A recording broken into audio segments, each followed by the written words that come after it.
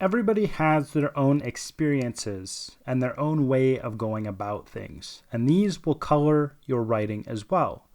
So your writing will be unique, and you'll have your own way of doing things, aka you're going to have your own rules if you decide you want to get serious about writing.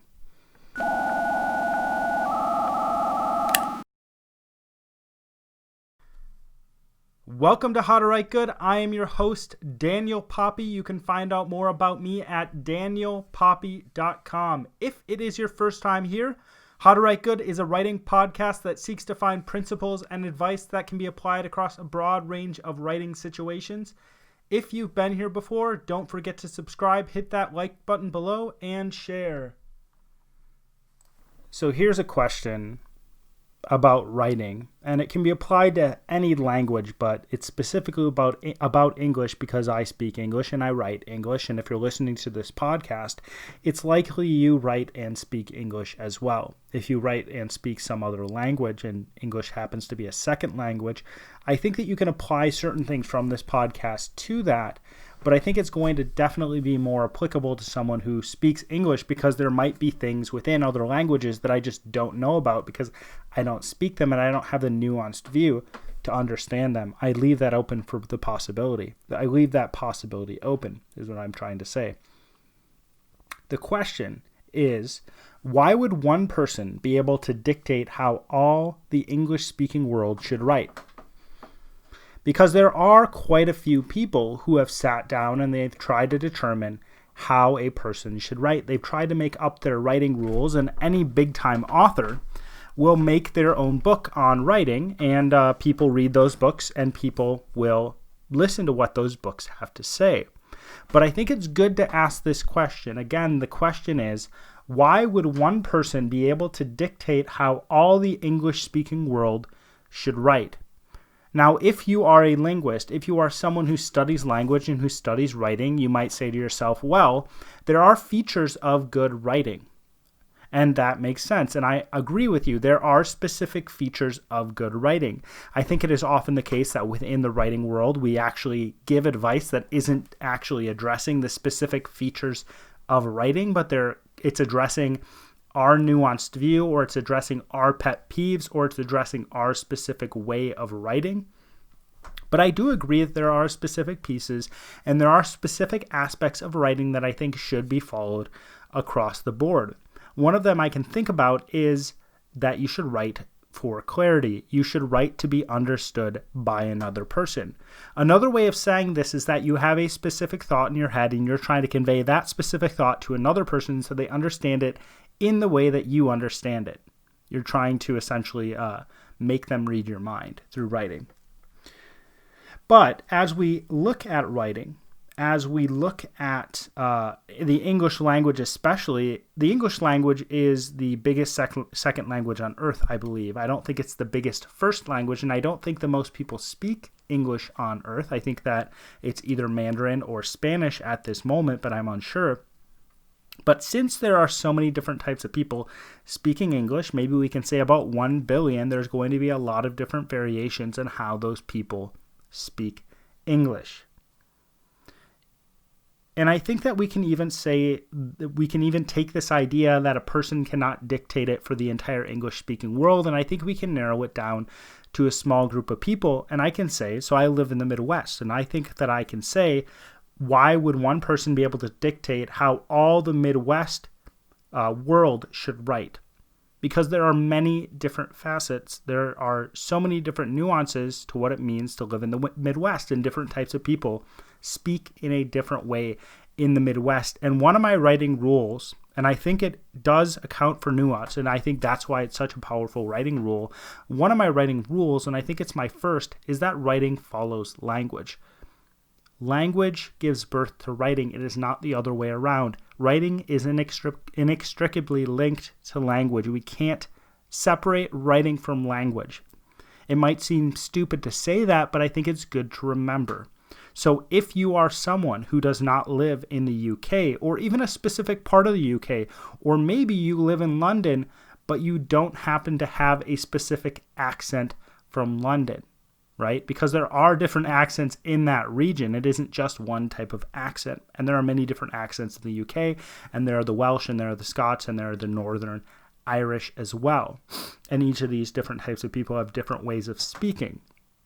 And because each of these different types of people have different ways of speaking, then they are going to write in a different way. To say that a person is going to be able to dictate, a single person is going to be able to dictate how everyone should write, right? To say that a specific person can make broad sweeping statements about how a specific person should write, for example, not using prepositions at the ends of sentences. I know I use that example a lot, but it works because it is said that that is part of incorrect English, but at the same time, we use it all the time, and there might be parts of the world where they omit the preposition at the end, and there may be other parts of the world where they always use the preposition at the end. There's a specific, I don't know if you'd call it a word. I don't think it'd be called a word. I think it'd be some sort of vocalization. It's more like a verbal punctuation mark in the Midwest, and that verbal vocalization, that odd Midwest feature, is the word ope. And this can mean a lot of different things depending on the situation. But it is specific to the Midwest as far as I can see. Maybe it is related to Northern European countries, the Scandinavian countries. But as far as I can see, it is specific to the Midwest, and it conveys a specific idea depending on the context. And that you can bring that idea, you can bring that word, if we want to call it a word, though I don't know if you would, you can bring that into writing as well. And many different regions have their specific dialects, or they have their specific words, or they have the way in which they say things. You know, they have their cliche way of saying things. And those are going to feed into how you write. And I've talked about in the past, people run from cliches like they're the plague. You need to dive into cliches. You need to find out what cliches are about. I think that's going to help you write, and it's specific to who you are. It's specific to your region. It's specific to who you are. So if you run into someone dictating how you should write, right? If someone says you can't do this, you have to do that, you should do this, you shouldn't do that, maybe take their advice with a grain of salt. And I think that you should take my advice with a grain of salt as well. I think you should really think about it, and you should decide whether or not it makes sense to you. I try to get a broad picture of the English language, but I'm just one person, and I'm just throwing my ideas out there, and I'm seeing how I write, and that's really where a lot of my ideas come from.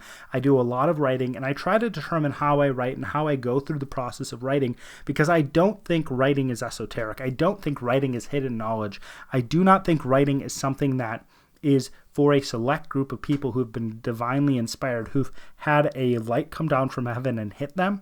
I think that anybody can learn to write, and if you can break it down, you can show people the different steps and how they go from the beginning of writing and idea generation through making writing that is smooth and clear, making writing that has that clarity, and making writing that flows really well so people don't even know they're reading, then I think that if you can show people how to do that, I think anybody can get to the end result of actually writing well. Now, I cannot assess your potential. So this is back and related to what we were talking about before. And since I cannot assess, your potential, I can't exactly say how you should be writing. It might be the case that I say you should do a specific thing and you should be doing another thing.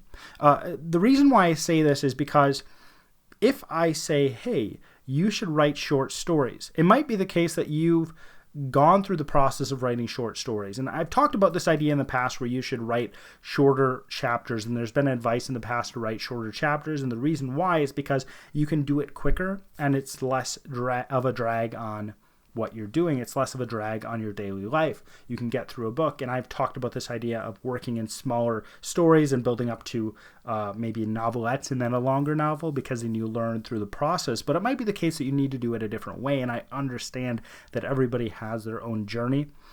And it might be the case that you need to explore an area that I'm trying to tell you to avoid.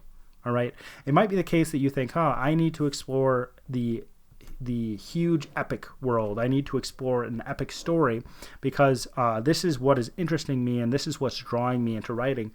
And sometimes you've just got to go to what's interesting to you so that you can actually hang on until you get that habit, right? It might be the case that you need to write some poetry. It might be the case that you need to write couplets. I don't know. There's a lot of different things you can write. It might be the case that you write flash fiction. It's not something I've ever done, but you might not be a very good writer right now, but I can't assess your potential. But you can assess your potential and you can show yourself, or you can play with the language. You can play with the different facets of the language, and you'll probably be terrible at it. That's just what it is. That's just how it is. You'll probably be terrible at it. But at the end of the day, if you keep on going at it and you keep on working at it, you're going to be able to figure out how you write.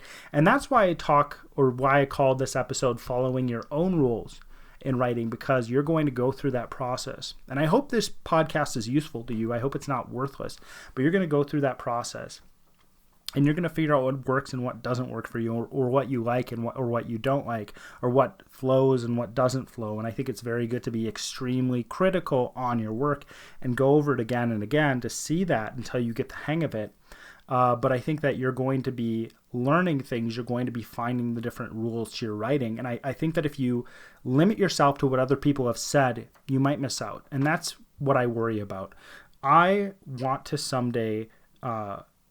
the best way I can say this is price myself out of the writing business.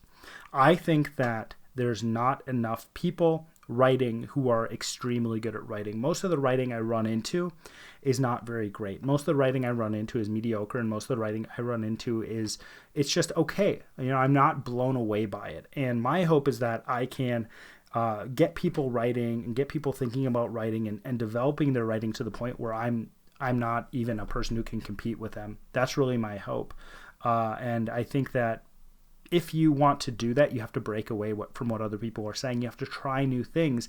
You have to reach as far up as you can. And you just have to keep on working at it. I think the best thing you can do is discover your own ability to write. And once you discover your own ability to write, or in the process of discovering your own ability to write, I think you will be making your own writing rules. If you enjoyed this podcast and you want to support me, there's really one simple thing you can do. You can go to danielpoppie.com/newsletter and sign up for my newsletter. And when you sign up, you'll actually be able to get access to my publication roadmap. So that's everything I have planned for pretty much every project I have into the next decade. Again, that is danielpoppie.com/newsletter. You can also find the link below.